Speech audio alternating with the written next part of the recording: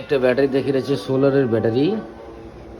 এটা মনে হয় আপনার 20 এমপির অথবা 30 এমপির সম্ভবত। দেখেন এখানে আমার কোনো ভোল্টেজ নাই, একটু ভোল্টেজটা আমি দেখাই। যে মিটার নিলাম, প্লাসটা আমি প্লাসে দিলাম, মাইনাসটা মাইনাসে, 9.2।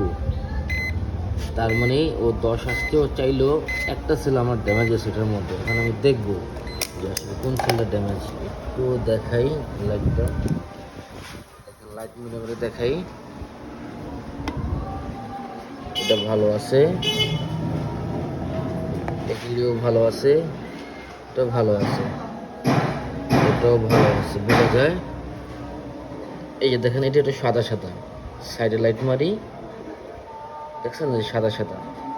যেহেতু সাদা সাদা তার মানে আমার এই প্লেটটায় সালভেশন জমা হয়েছে, আর এই প্লেটটা থেকেই আমার ভোল্টেজটা আসতেছে না। আর মোটামুটি দেখেন সবগুলি ফ্রেশ আছে।